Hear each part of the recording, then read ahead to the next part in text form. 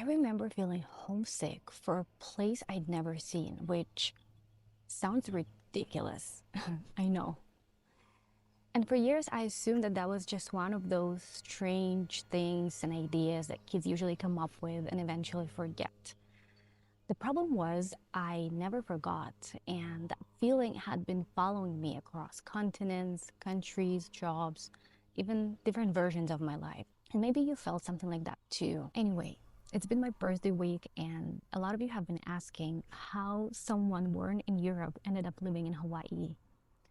So I thought I would finally share that story today. Growing up, I was convinced that I should be living by the ocean and that I had been born in the wrong place by mistake. But I couldn't explain it. I just had this very strange sense that somewhere out there, there was a place that I was meant to find. But I wasn't even sure it existed. And it's not like I was sitting with a map thinking about Hawaii. No. And then life happened, immigration, years of survival, reinventing and rebuilding in the new place. And every now and then, Hawaii would resurface, usually through other people. And at first, I would completely brush it off. Like, friends would bring it up out of nowhere. Then, girls I went to Yellowstone with told me all about their trip to Hawaii once and how I should go there. Then, a friend from California randomly mailed me a bunch of postcards from vacation saying, Hawaii is waiting for you, and things like that. And finally, I remember I looked it up for the first time, and I remember thinking, oh, okay, well, I get it now. And that it would be surreal to celebrate my birthday in a place like that. I think I even posted on Facebook how much I want to go to Honolulu one day, and somehow I was just being very specific. And it was over a decade ago. In 2020, for some reason, Hawaii started showing up everywhere again. My Chicago friends started talking about moving to Hawaii during the lockdown, and they kept calling me to complain about all the restrictions, paperwork for their pets, tests that were required to bypass quarantine. And I remember thinking, why on earth are you telling me all this? Then I started noticing videos, articles about Hawaii everywhere. It just felt like I couldn't stop bumping into it somehow. And the most annoying part for me was that the stronger the pull became, the less logical it felt. So I remember I asked God, I was basically saying, if this is you and not me trying to create another dramatic life adventure because I've had enough, then I need some confirmation because right now it feels ridiculous, respectfully. I just wanted some heads up to see if that was something I was making up in my own mind or whether I was actually being shown something important. And then about a week later, I got a call from a friend of mine from New York. You know, just a normal conversation. He just landed a new consulting job, and out of nowhere, he starts talking about his friend from California who is now in Chicago after her divorce, and she's trying to get to Hawaii, and she's looking for another girl to go with and share Airbnb together. And then he pauses and asks, wait, did you want to go too? Fast forward, I packed again. My lease was ending and we still hadn't returned to the office at PayPal yet. So I decided to sell everything in Chicago because at that time I just felt I didn't want to come back. So that's how I came to Hawaii for the first time in 2022 with all my life packed into suitcases. And the funny thing is that I was actually flying at the end of March, right before Hawaii lifted the restrictions on domestic travel. So what my friends were telling me about all the paperwork came in pretty handy. And I was able to celebrate my birth in Hawaii as I wished years ago. But ironically, the night I was celebrating, I received a company-wide email announcing we were returning to the office. My manager gave me 1 month to come back or I'd lose my job. I remember I started panic applying everywhere the next day, just trying to figure out a way to stay. And one role at a startup I was convinced I landed just ghosted me. And at one point, I even applied to Starbucks, rejected. Nothing worked, and eventually fear made the decision for me, so I left. And I thought that I was leaving temporarily to sort out the relocation request that I was told I could submit in person. But a few weeks eventually turned into 13 months, and somehow I found myself back in the city that I had already said goodbye to. And for a long time, I couldn't forgive myself for that. Back then, I felt like I ruined something. I chickened out and walked away from a life that I dreamed of for so many years while I was already there. But looking back, I can see now that it was just a not yet. Eventually, they didn't approve Hawaii, but I relocated to California because it was the closest compromise available. But I kept flying to Hawaii to spend time with friends. And one time, I remember I was on the North Shore with a friend of mine, and we stopped at a tropical farm because he was looking for a silver pendant.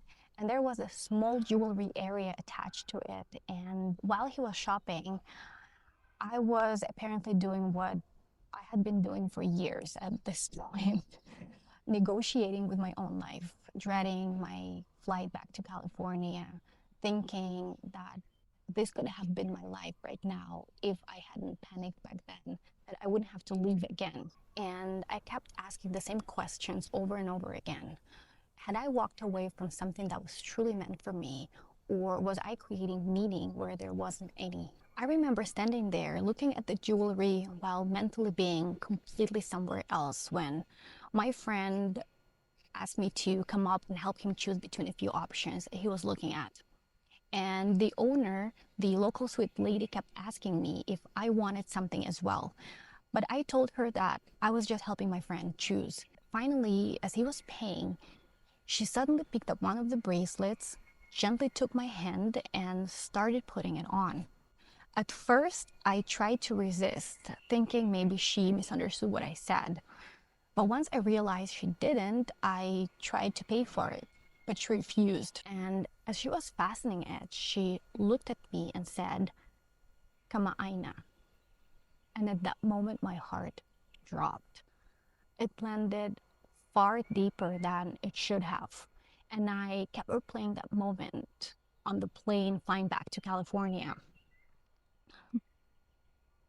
That's the one.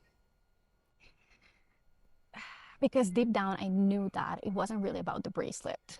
Then life happened again. I got laid off. And I think this is the part that most people don't usually share when they tell stories about chasing your dreams and following what feels right.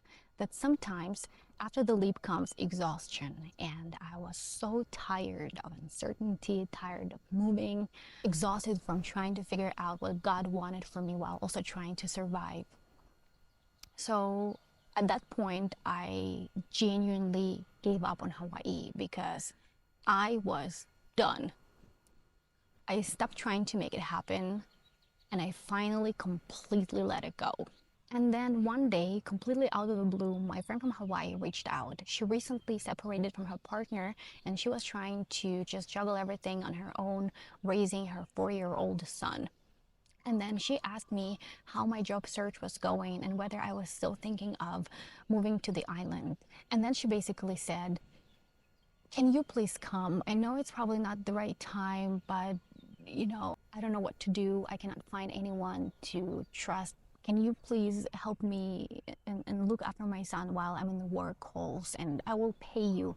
You can stay here for as long as you need and look for your job or apartment, no rush." I could hear how scared and overwhelmed she was, and I just wanted to help. So I ended up leaving California in a week, and I still had 1 month left on my lease. And the same week, 2 remote job offers came through.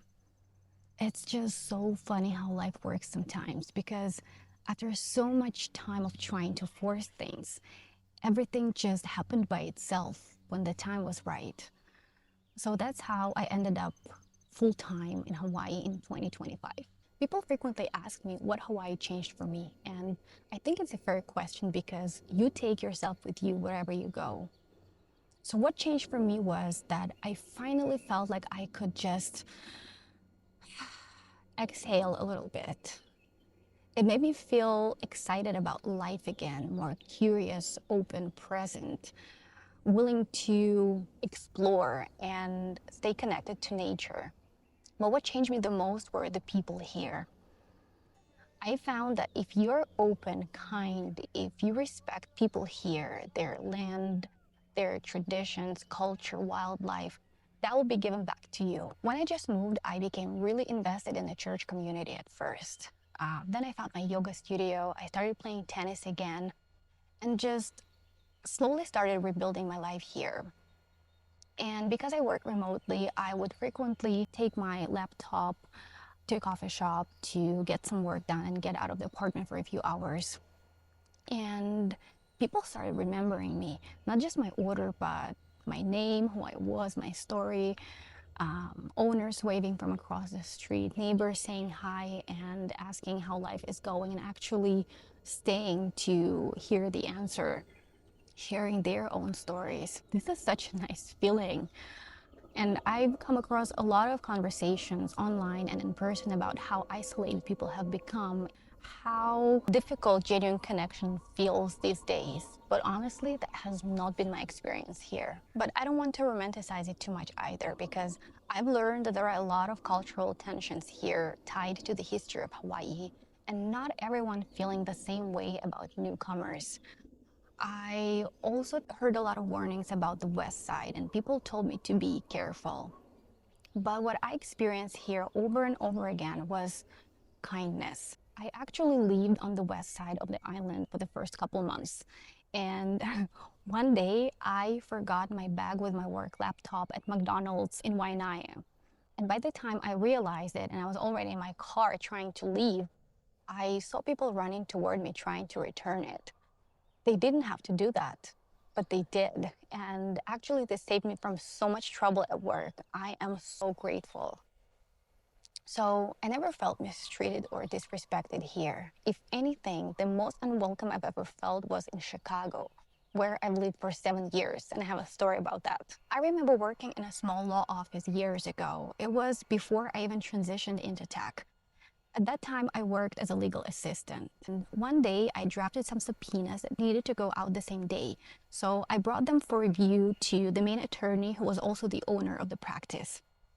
There was a meeting happening in his office. He told me to come in, take a seat, and wait.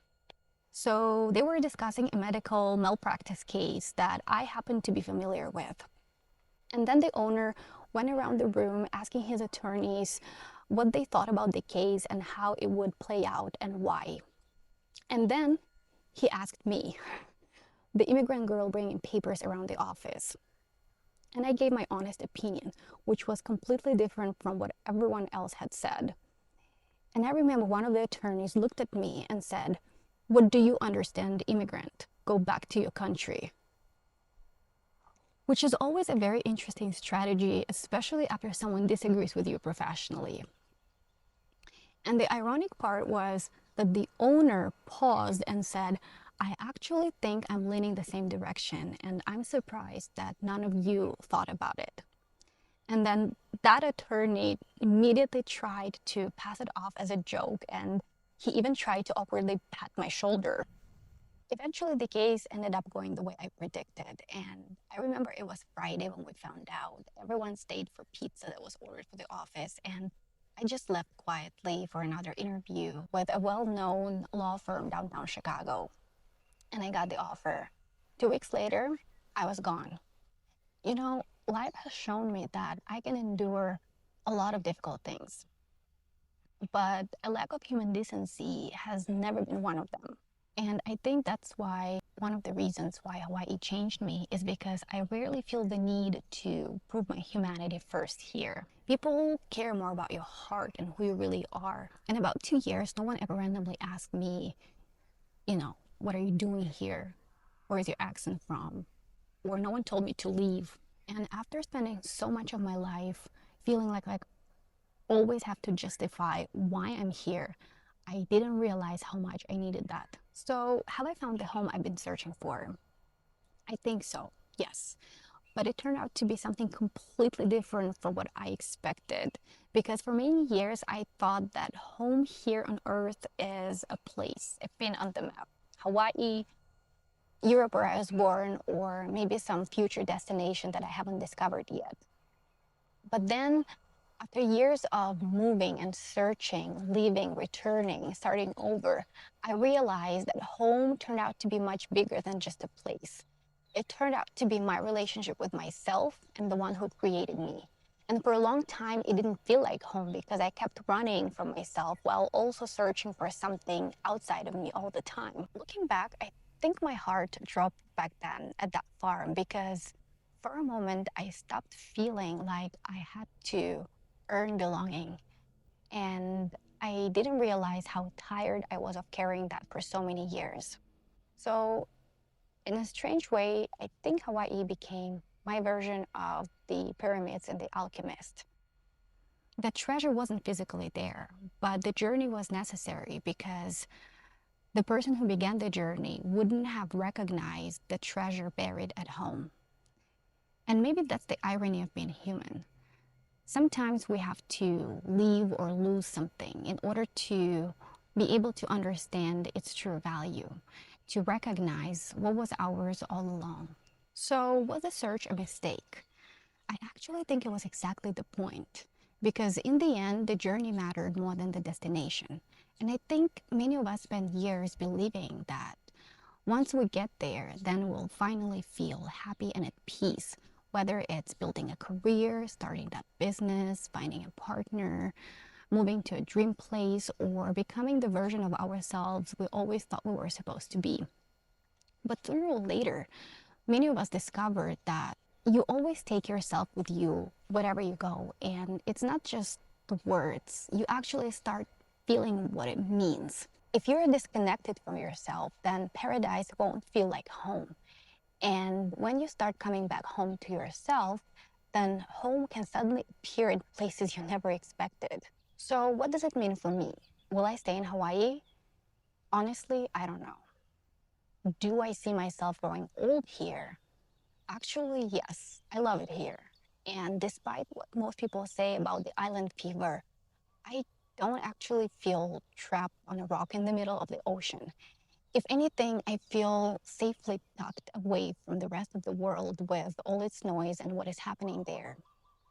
At the same time, I can't ignore the realities of living in the most expensive state in the country without stable tech income, especially in the current job market. And on top of that, it feels like I've been blocked from working for someone else and pushed to build something of my own, which honestly terrifies me most of all. So, if I were making this decision purely from a practical standpoint, then moving to Southeast Asia this or next year would make so much more sense. This way, I could focus on writing, building my own thing, and just give myself more breathing space without worrying about tomorrow as much. But the thing is, my life never really followed the most logical path. And the major turning points for me always started with uncertainty and leaps of faith. Moving to places where I didn't know anyone or walking through the doors that didn't make much sense at that time. And all because I was taught very early that things can change overnight. You know, sometimes life doesn't knock. It just slips in through the back door and just pulls the rug out from under your feet. So waiting for certainty wasn't an option.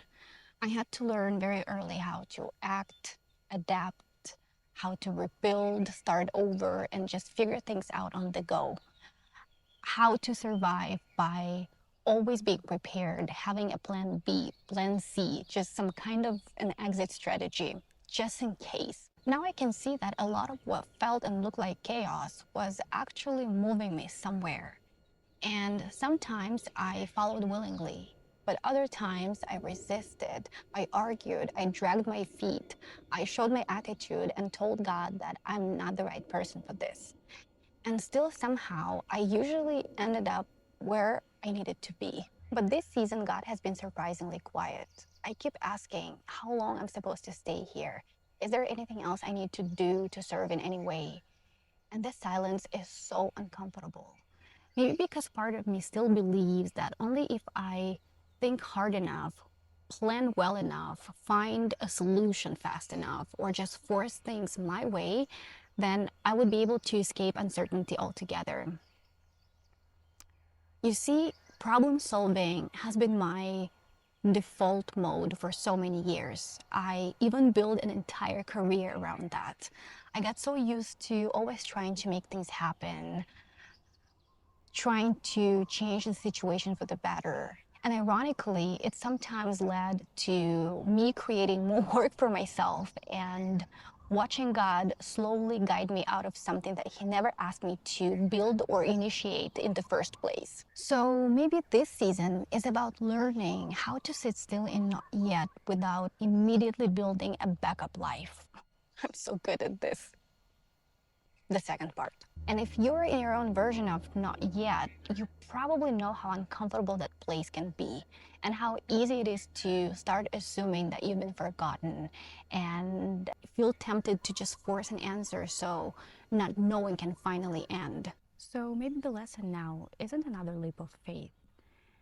Maybe this time it's learning to stay and to stop packing bags every time life becomes uncertain, to stop inventing plan B while plan A is still unfolding.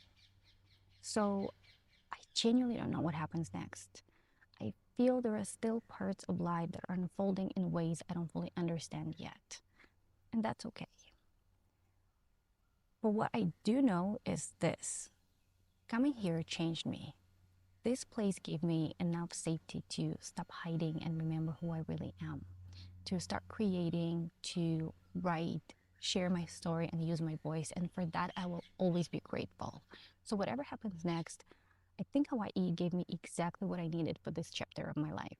And if you happen to be in your own season of not yet right now, maybe this is your reminder that silence doesn't always mean absence.